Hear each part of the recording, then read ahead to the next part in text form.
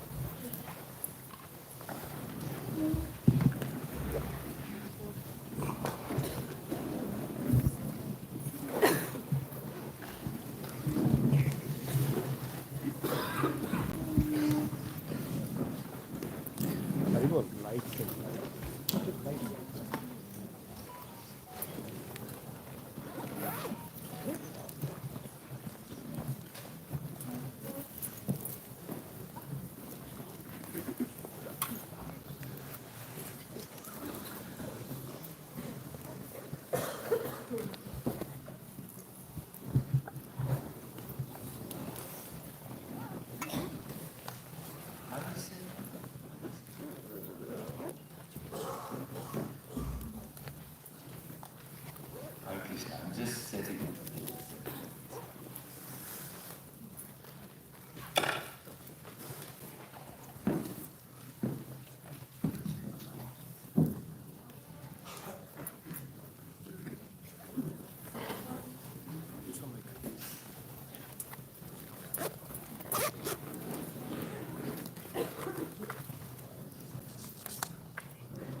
महाराज को देखो।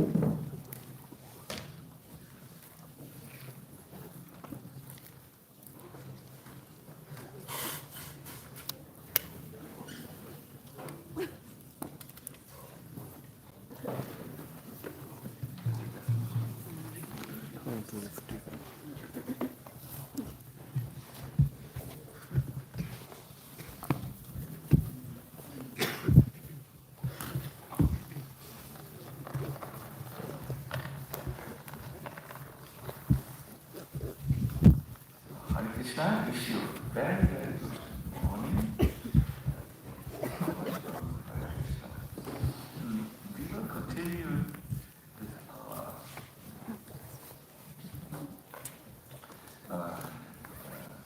seven oceans of Krishna's inconceivable sweetness. And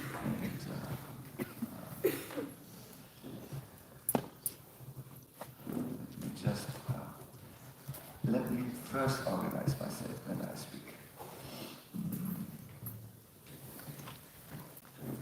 Someone please tell me that we went up to which sloka of the book we Gita?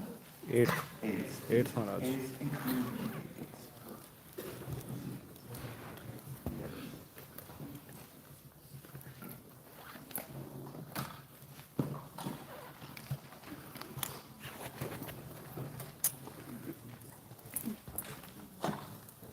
Today we have a very full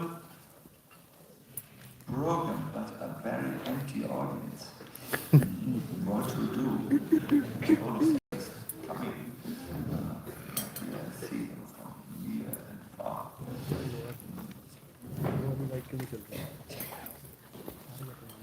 Maybe we should just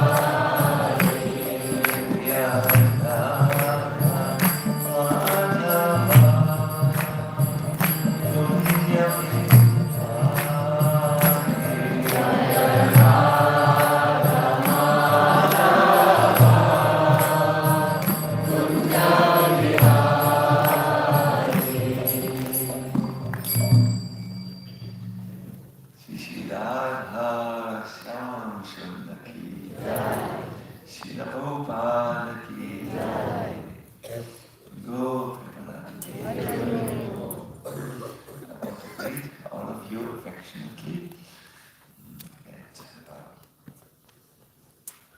I think today you will not forget for a reason that cannot be revealed at this moment.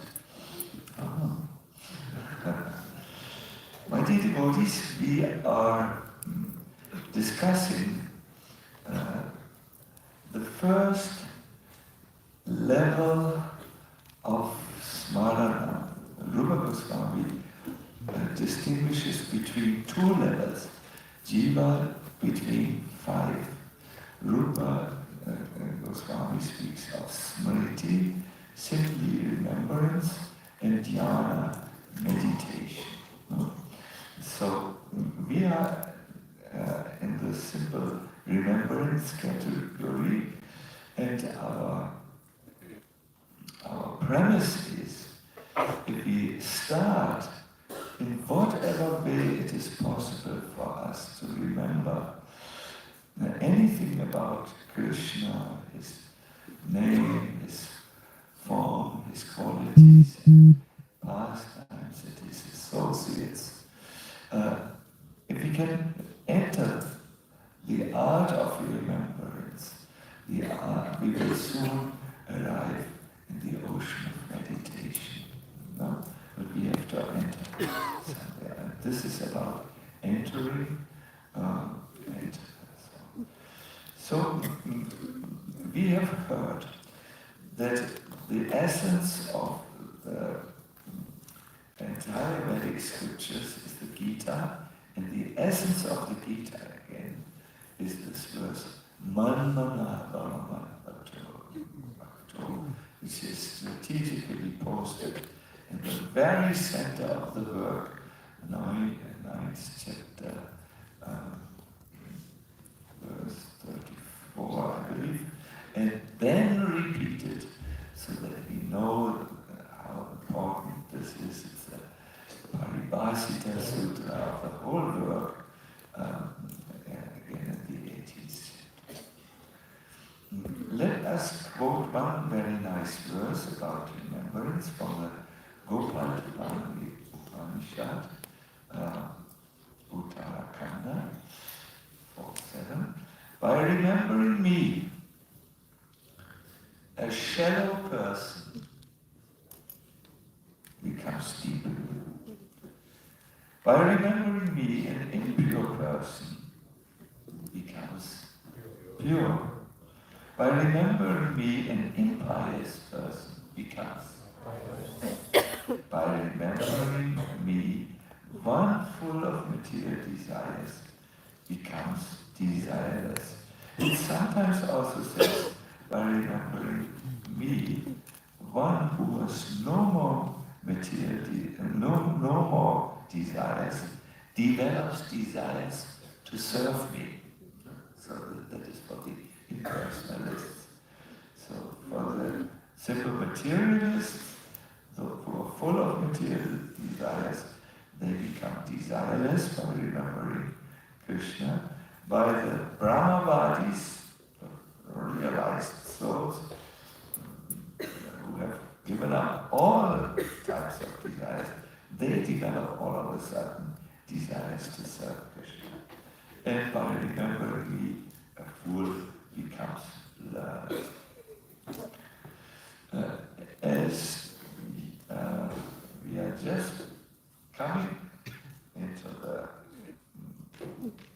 lecture, and yesterday was a pause, I would like to speak about give you a quotation from Prabhupada, who says how important these to remember the transcendental pastimes of Krishna is. In the 90th chapter of the Krishna book, he says, the transcendental pastimes of the Supreme Personality of Godhead Krishna are so powerful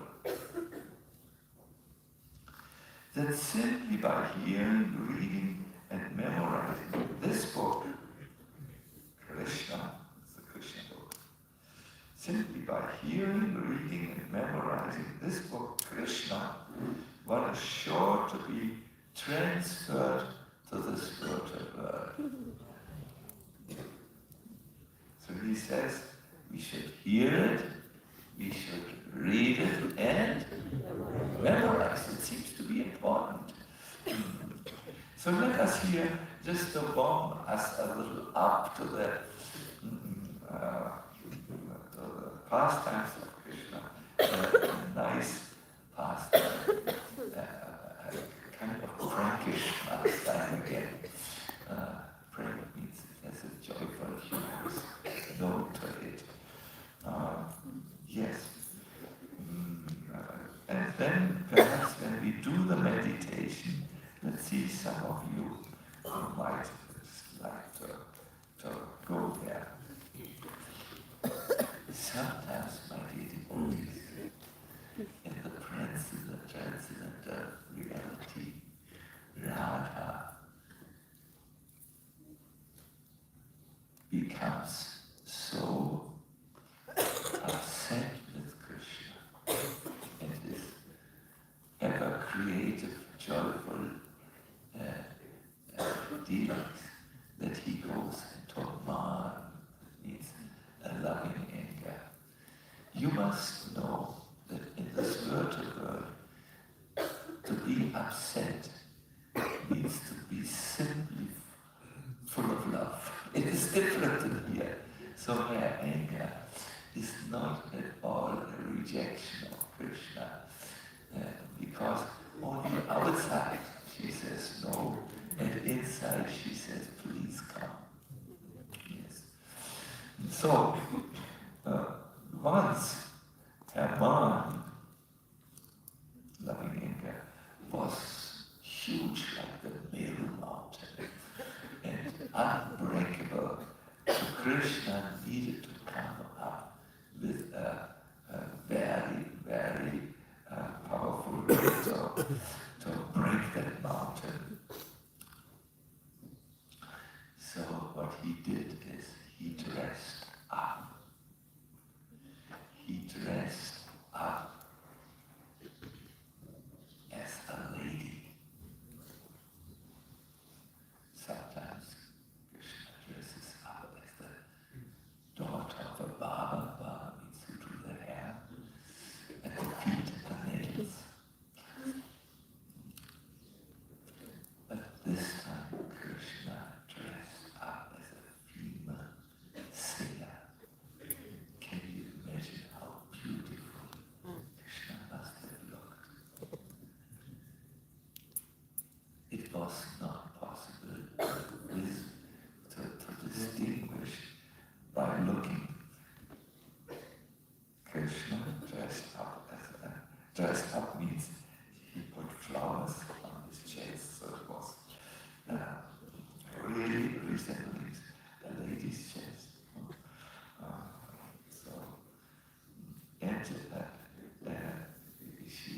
He adopted the cuckoo voice.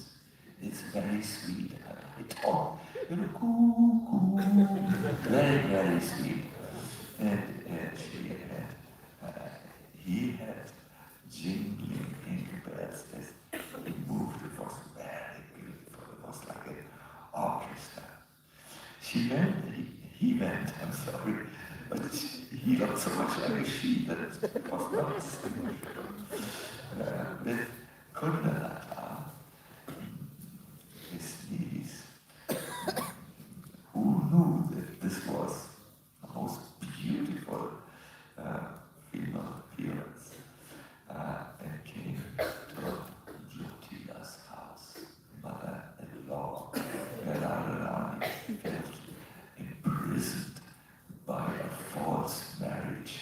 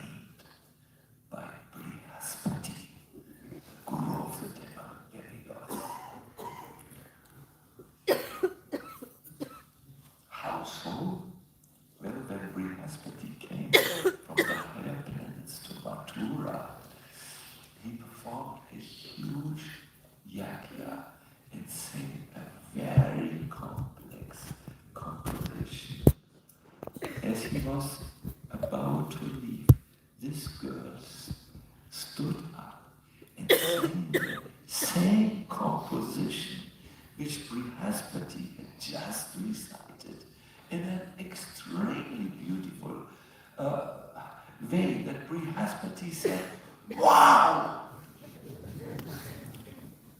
He must have said something in Sanskrit to me. And took her with him to the heavenly planets to give her further training. And she has just come yesterday from the heavenly planets to sing.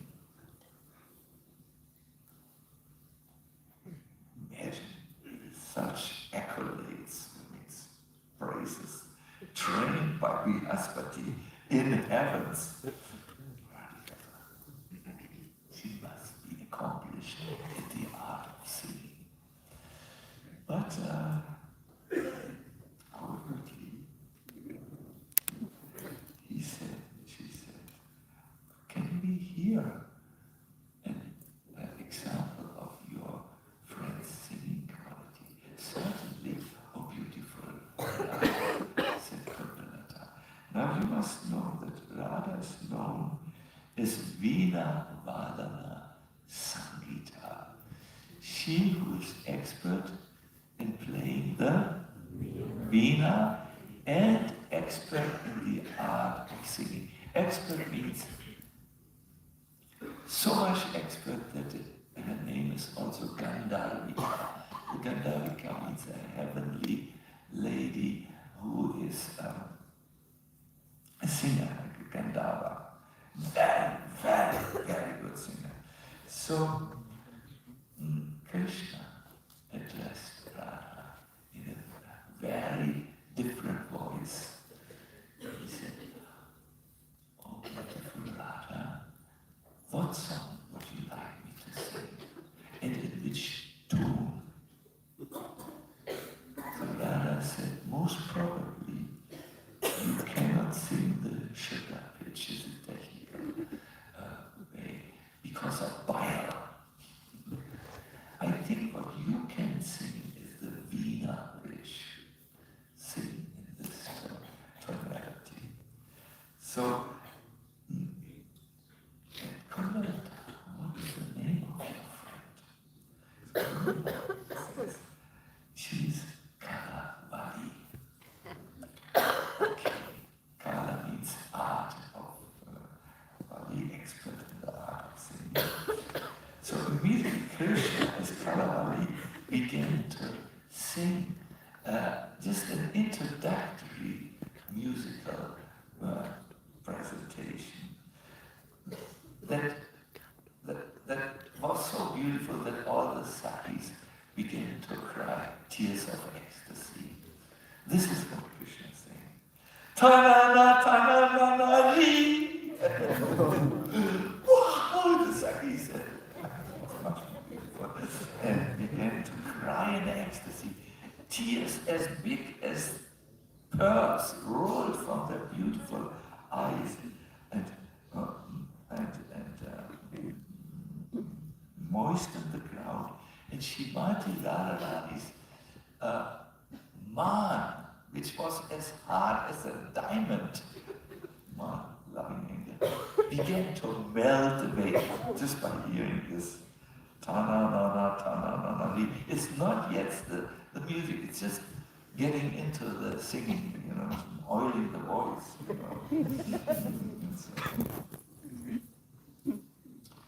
When Krishna was ready, already during the singing, Radha began to reflect. There's no one and nothing in all the three worlds and beyond that can melt my heart. It is only one person who can evoke my loving attraction, and that is Krishna. Yes.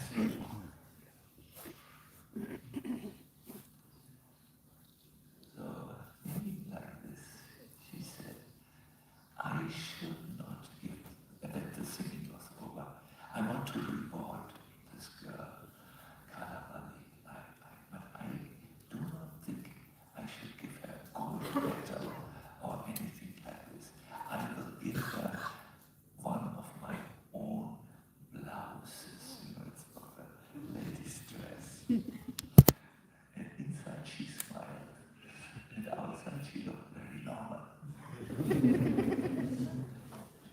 Oh, Vrindavana, please dress her right in front of me in all this. Take away the old blouse and dress her in the new clothes with amazing ornaments. So Govardhana, who was the niece of Krishna, was Krishna's son, and who know who's behind this beautiful dress, said, oh, that's unfortunately not possible, because Govardhana is extremely shy.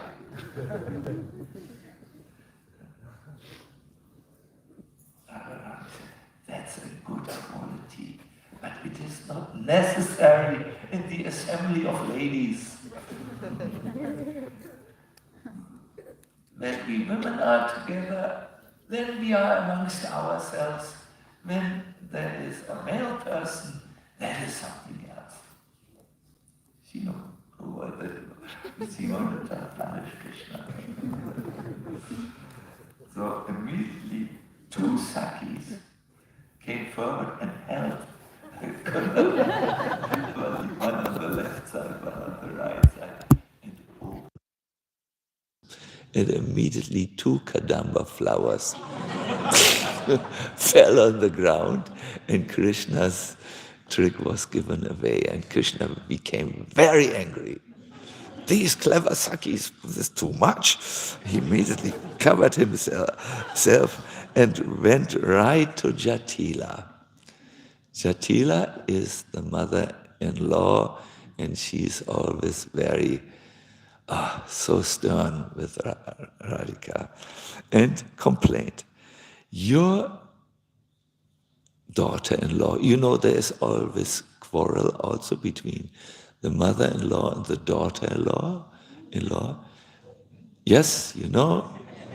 No, yes, middle, especially in Gujarati families. I have heard. So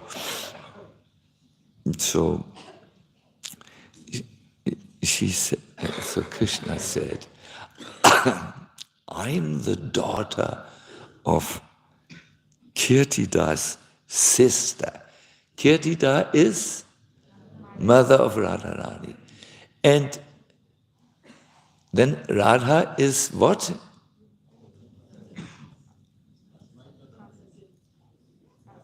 Cousin, female cousin, no?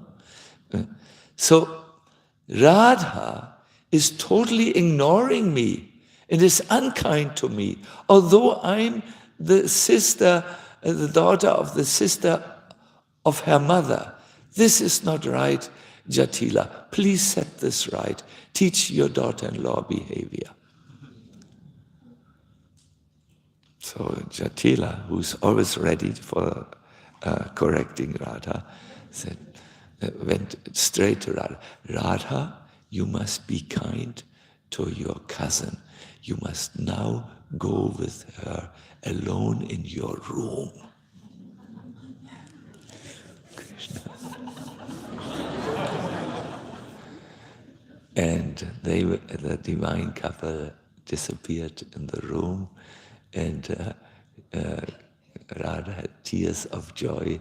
How clever Krishna had arranged a rendezvous right in the house of Jatila, right in the middle of everything, to just have another aspect of his joyful and sweet nature fulfilled. And the rest is a lila which we conditioned souls approach with folded hands from the distance. Yes, so this is the sweetness of Radha and Krishna. And to remember this, what better things is to remember than this, my dear devotees.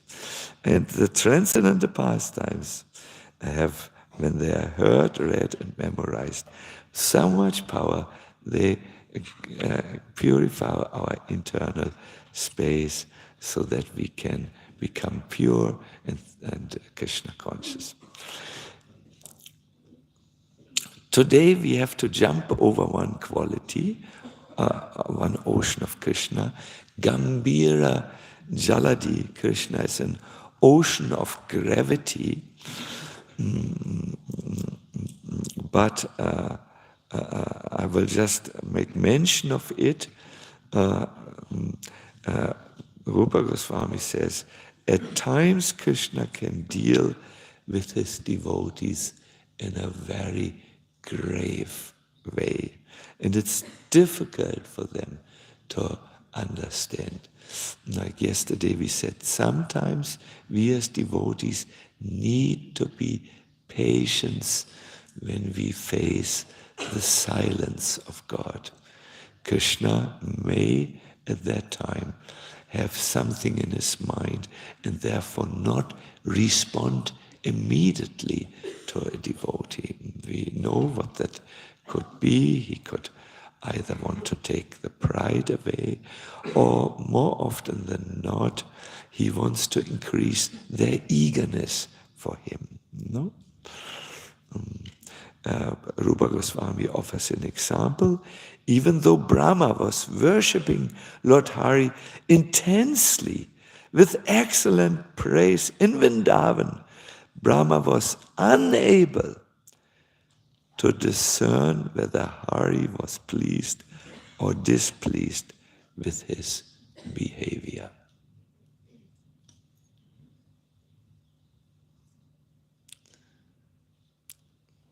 In this world, people who want to control others make a poker face and look with a poker face. I know one devotee who unfortunately does this very often to exert control over others.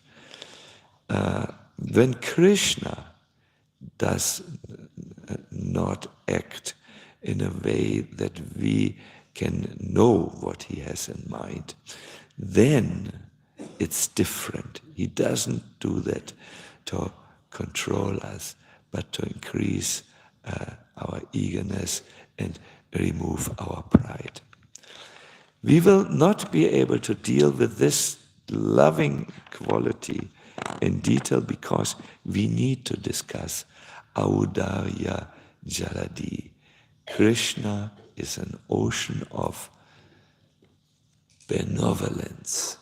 If you are not an English speaker, you might like to look this word up in your distraction machine, but actually leave the distraction machine because you will go to other pages immediately. So, benevolence means I only know to be good. Any English speaker who has a good definition of benevolence? Unrestrained altruism. Sorry? Unrestrained altruism. Unrestrained altruism. That is, just altruism is another word which, to be just very kind to humans. Krishna is very kind, unrestrained kind. It's very nice with everyone, even with everyone. And it is this understanding that brings the gopis to on the banks of the river Jamuna in the moonlit night to sing a song where they request Krishna to not remain separate from them any longer. They do not understand his deep motivation because he's Gambirya Jaladi, an ocean of gravity. They just want his association, and they sing this wonderful song which we want to sing now as our preparation to deal with Krishna's benevolence, his kindness that extends without limits to us. Please, my dear devotees, get your sheet of paper ready, your Gopi Gita, and we start with verse 9 and we go up to verse 13. It's a wonderful first verse, which many of you know by heart. We will sing all together. By now we know the melody. Tava katam ritam tapta jivanam kavibiritam kalmashapam Shravana Mangalam Srimad-Atatam Bhuvi Grinanti Ye Puridajana Prahasitam Priya Prema Vikshana Viharanam Chate Dhyana Mangalam Rasi Samvido Yaridishpisha Kuhakano mana shobayanti chalasiyat brajash charayan payun nalina sundara natate param Shilatrinankurai Siratitina Kalitanmana Kantagachati Dina Parikshaye Nilakuntalai Vanaruhananam Bibradamritam Ganalashashvalam Dashayanu Manasina Smaram Virayasati. And the last one. Pranatakamadam Padmajachitam Dharani Mandanam Deyamapari Charara Pankaja Santa Manchate Ramananastanesh Vapayariya.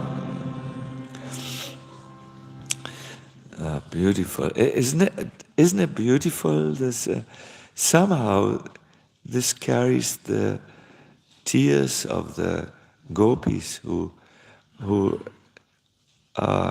called by Krishna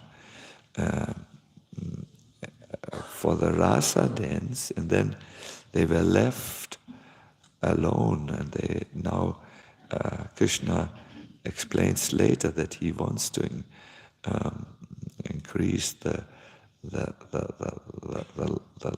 love really of his devotees, and they say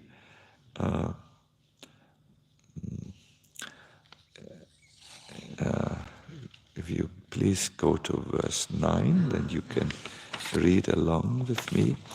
This very famous verse. The nectar of your words.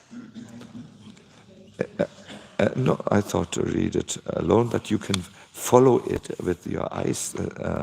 The nectar of your words and the descriptions of your activities are the life and soul of those suffering in this material world. These narrations, transmitted by learned sages, eradicate one's sinful reactions and bestow good fortune upon whoever hears them. These narrations are broadcast all over the world and are filled with spiritual power. Certainly, those who spread the message of Godhead are most munificent or benevolent, So Krishna appears, there is a famous verse, in a human-like form. It is human-like, there's many qualities which we humans don't have, an ocean of qualities. In order to spread this, to give us in this world his powerful pastimes, that if we discuss them, they have the power, as Srila Prabhupada says, to bring us, transport us in the spiritual world. They are like vimanas, these subjects, transcendental airplanes that have come from another realm and bring us back. This is how powerful they are, if we can remember them and discuss about them. The gopis, they know this power, and therefore they are talking about it. But the way they talk about it, the way they talk about meditation about them, is just amazing and very, very deep. If you wish to understand this song in a deeper way than just, I highly recommend this work, Bhagavata Subodhini, by Gauranga Darshan, who is a real professor in the Bhagavatam. It's that devotee who will come here in February and with whom we will give this seminar or this retreat, approaching the ultimate shelter. It was a very, very spiritually powerful and interesting seminar or retreat. So anyways, this one verse spoke about the blessings that come, and we want to talk about this ocean of Krishna's benevolence. No? This is kindness without restriction. Rupa Goswami gives a definition of what is benevolence, and you please be little attentive now, because we will be expected in our spiritual life to be also kind and good to others. It is therefore important to know what the spiritual definition is. Here, this is what he says. A person who profusely gives in charity is called magnanimous, vadanya. So it is giving something. Now, charity is understood in our terms, in our modern language, as just things and money, for instance, but it is also in the old times other things like attention and kindness. But the example here is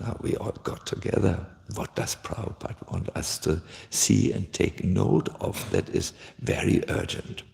And then the person who took it from the telefax and said, okay, the Prabhus and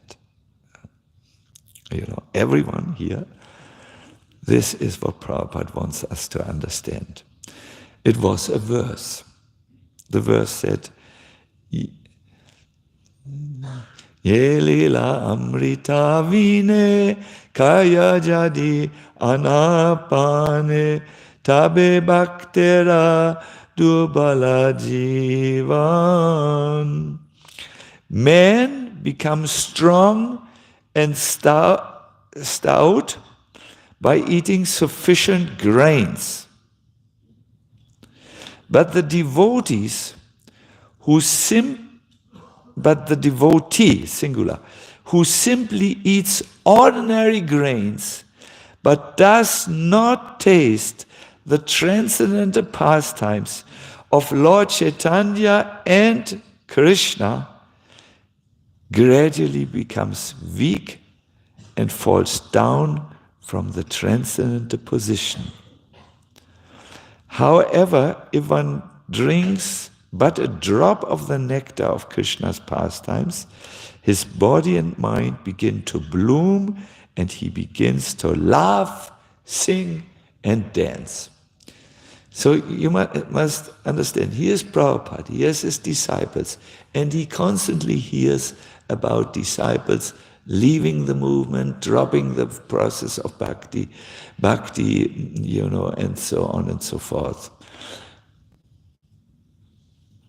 You know the statistics? Prabhupada had so many, 5,000 plus initiated disciples. Of them, 280 are still active. Yes, we should not boast too much. So he was concerned. Why are they going away? And he found a solution. In his purport, he underlines it. If you just eat, you will become weak spiritually and fall from the spiritual platform. He says, all the devotees connected with the Krishna Consciousness movement must read all the books that have been translated. In brackets, the Chaitanya Charitamrita, Srimad Bhagavatam, Bhagavad Gita, and others. Oh, I went, oh my God, how shall I do this? I'm so much service. But here he says, they must read all the books. It was on telex, it came out. Otherwise, after some time, they will simply eat, sleep, and fall down. I would say do politics and fall down from their position. Thus they will miss the opportunity to attain an eternal, blissful life of transcendental pleasure. I still remember when we heard this, there was silence in the room. And our temple president said, oh, this is what Prabhupada wants. We have to make it possible. We have to arrange the day here in our temple that you have 1 hour of reading time. No? And I still remember it went in. So, because through these transcendental subjects, the Lord has been so kind as to give us a chance, if we hear and speak about them and remember them, to actually become purified from the effects of sins in our consciousness and become attracted to Krishna, and by that attraction we become attached to Krishna, and then they say in German, then the cake is eaten. Then it means everything is Hogya, you have done the purpose. When you are attached to Krishna, that's the whole thing. So Prabhupada in Juhu, I got this from this excellent book, the Juhu story. No, I'll build you a temple, the Juhu story. He gave a lecture there about this idea that Krishna comes to distribute the highest nectar. And this is what he said. Fasten your seatbelt. It's very intense what you will hear now. First of all, we cannot understand Krishna.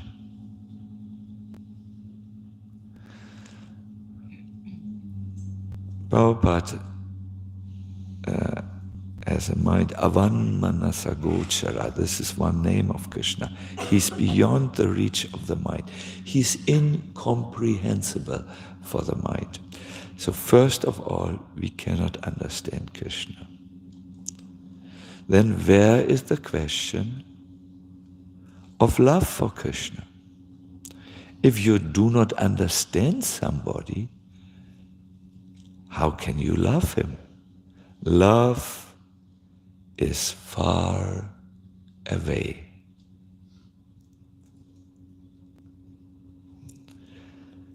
And now he talks about Odaya Jaladi, the ocean of benevolence. But Sri Chaitanya Mahaprabhu is so kind that he is distributing Krishna prema. Take, anyone, come on. Come on. And he continues. Sri Chaitanya Mahaprabhu is very practical. Now we will hear how he will distribute the Krishna prema in practice. I want to give Krishna prema. One should be ecstatic, emotional in Krishna prema.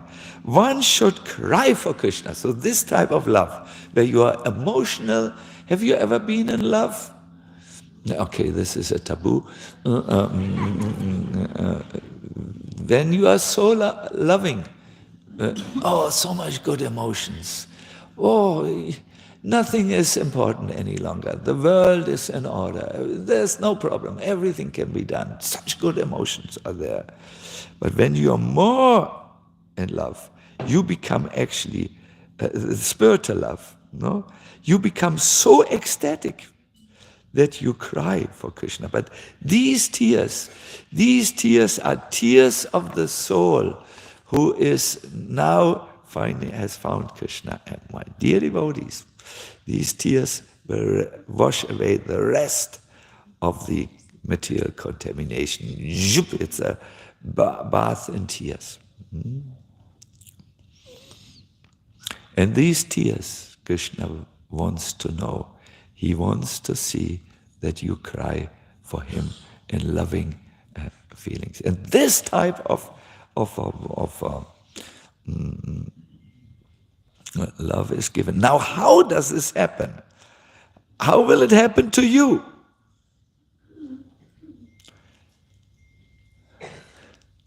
How does Sri Chaitanya Mahaprabhu give prema? This needs to be, how is he Audaya? How is he so kind? This needs to be understood.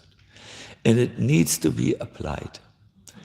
Listen now as if your life depends on this, spiritual life. A little drama.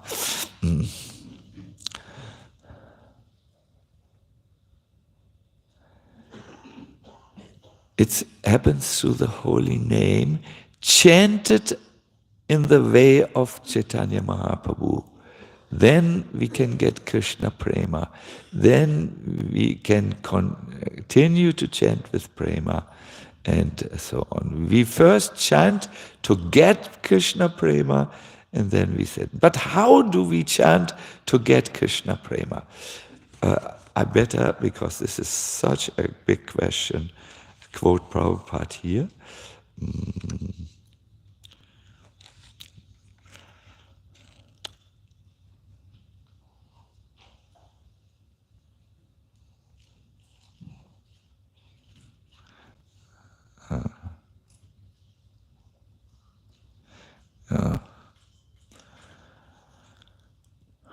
simply addressing the energy of the Supreme Lord as Hari, Radha, no? And the Lord himself as Krishna, very soon situates the Lord within the heart of the devotee. Now this address has to be done from the not yet position. You have to come face to face with where you are at the present moment. And this is humility. This is and humility, as we know, as we have heard many times, is that feeling of confronting your own lowliness and needfulness, and at the same time, as if it's a juxtaposition of emotions, means an opposite. You have to desire and long, oh Krishna, please take me. This is the Vipralamba mood. Vipralamba means that which is in the distance, alamba is attained. Through this mood of longing. You have to face your situation. I'm sinking down in this ocean of material life. Love of Krishna has not yet come. I'm simply waiting. I see the river of life is going on and soon approaching the ocean of death. But still now I'm sitting here on the bank of the river. I'm not participating in this devotion. It is not yet there, but I long for it. And then, very soon, alambana, it is there. Now, for the end of this, I want to say that not only is Krishna or Chaitanya Mahaprabhu extremely munificent and benevolent, it is expected of us also to do something for the suffering humanity. Yaitan mama bhakti shu sampradayat supushkalam tasyaham brahmadayasya dadam yat manam atmana. It's from the 11th canto, 29th chapter, verse 26, and the verse says, one who liberally, remember, liberally, be kind. One who liberally disseminates, means distribute or spreads, this knowledge among my devotees is the bestower of the absolute truth, and to him I give my very own self. Without preaching, ISKCON will become rubbish. This is not the words of Sacinandana Svami. I would not dare to take these words in my small mouth and then, because this goes out into the world. This is what Prabhupada says. Without preaching, ISKCON will become rubbish. It's a literal quote from him. I have always thought about this. I think there are two things which come in preaching together. You please Krishna, because he has manifested these pastimes or this knowledge, the Gita, for the benefit of the souls. But there's also something which happens on the psychological level. When you preach, perhaps at the beginning you will do it like I did it, to get seeker points. Yes, we were highly driven missionary movements. You got points and rewards when you shaved someone up. I don't know, seeker points and bhaktin points, Hare Krishna. You may do it also, or I know more than you, therefore listen now. But if you don't come to the level where you do it out of compassion for others, you will give it up eventually. You won't be able to take the austerities that it takes when to share spiritual life. And then see, for instance, when you share spiritual life with an intelligent person, you will eventually see the undressed, unhidden false ego of that person getting back on you.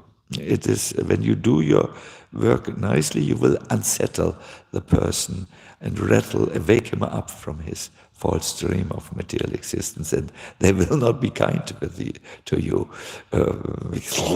Why did you? And so then you have to go to the place of compassion. When you want to distribute books in the winter time, then their hands are frozen. You have to do this from a deep spiritual motivation. Otherwise, you can't maintain this. Prabhupada says about this, I was always thinking how I could benefit everyone. He says,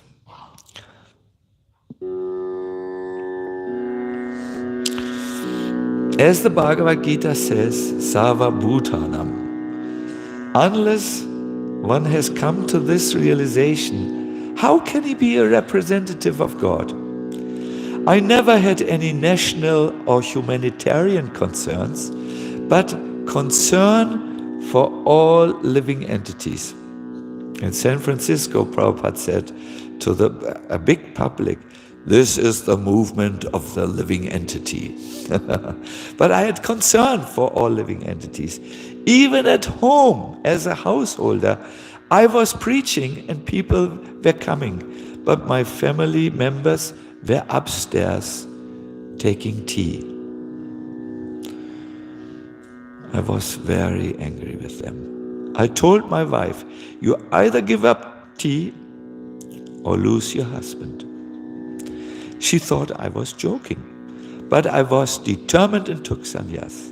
The family took it as a great shock, but now I'm fully satisfied. It is our good fortune. Now Tama Krishna Maharaj is there, an older Prabhupada disciple who has left us. He said, it is our good fortune that you had this disagreement with your wife and that she chose tea instead of you. Because now we are all saved. Prabhupada does not want to talk about this and says, go and preach and remain active. And when you are old enough, you can go and sit down in Mayapur and simply chant Hare Krishna. Then Tama asked, Srila Prabhupada, what does old enough mean? And Srila Prabhupada's answer, that has to be judged by the individual. As for myself, I'm not so old. He's by that time maybe 80 years old, I'm not so old. Prabhupada might have in mind that there are 3 ages, calendar age, then biological age, how fit are you, fit and healthy, and then you choose your age. Yes, Prabhupada said, sometimes he would say, I'm an old man, sometimes he would say, I'm not so old. So Krishna is an ocean of benevolence and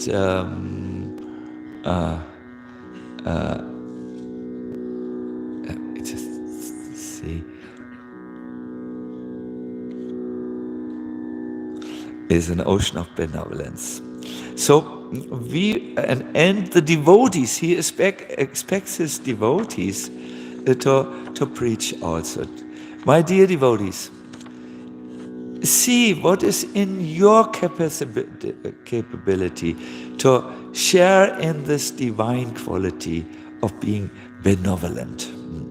You either see what it is. Is it perhaps inviting a good a devotee friend to your home and serving him with some nice preparations and discussing Krishna consciousness, or discussing where the obstacles are and what to do to overcome them, and so on and so forth? Or is it to take part in the book distribution marathons in some ways, by giving them at your books in your working place to your colleagues? Could it mean whatever it is? But I want to make now a little meditation with you and want to lead you into the yoga of gratitude meditation. We will have to be... How are you? Are you tired? Are you awake? Awake. Good. Maybe just to change the energy a little, let us give a good sit straight, please.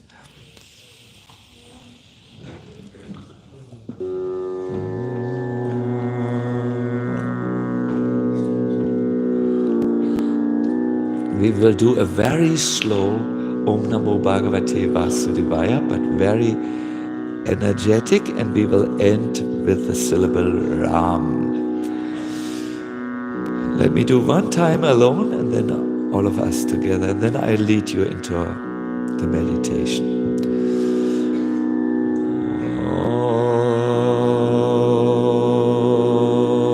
Om Namo Bhagavate Vasudevaya.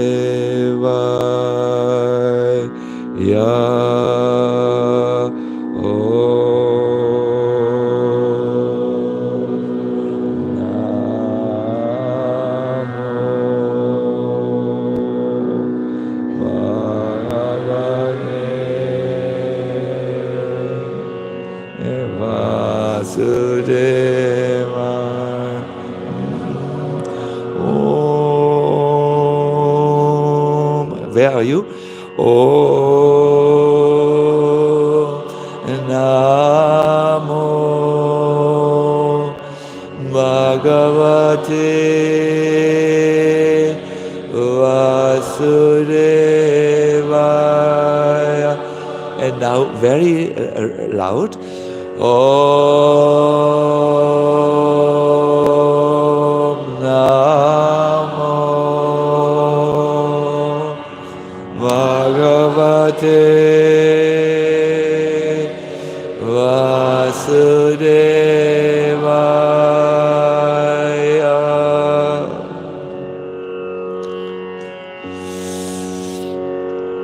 And now the monosyllable Ram.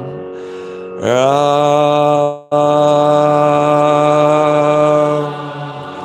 Please, much louder.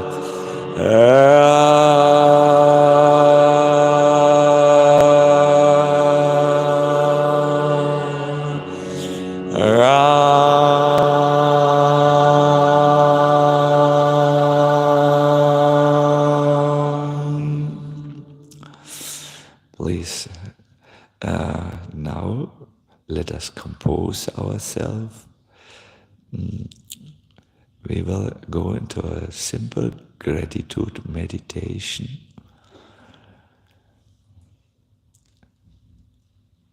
Please take to slow and relaxed breathing.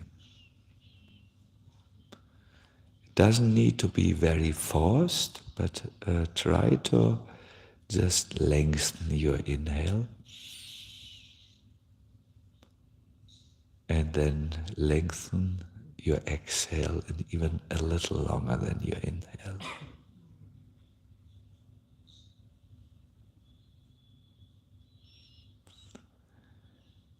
The art to unclutter your mind here in this breathing, continue to breathe, is that you attach the mind, or bring the mind, or bind the mind to the ingoing and outgoing breath. In other words, if you breathe in, or out, doesn't matter. Just walk with your breath. Go with your breath. Stay with your breath. And don't think of anything else than just being mindful or aware or conscious of your breath as it goes in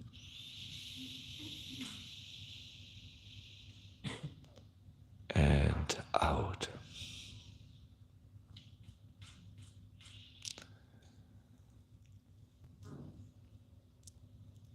Please keep your eyes closed.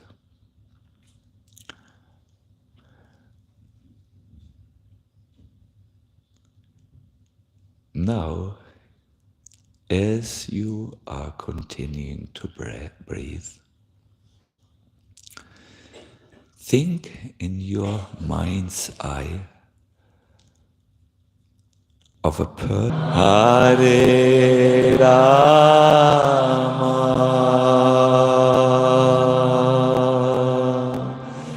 Hare Rama,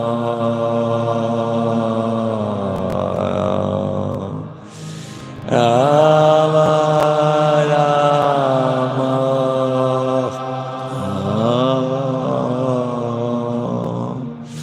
Hare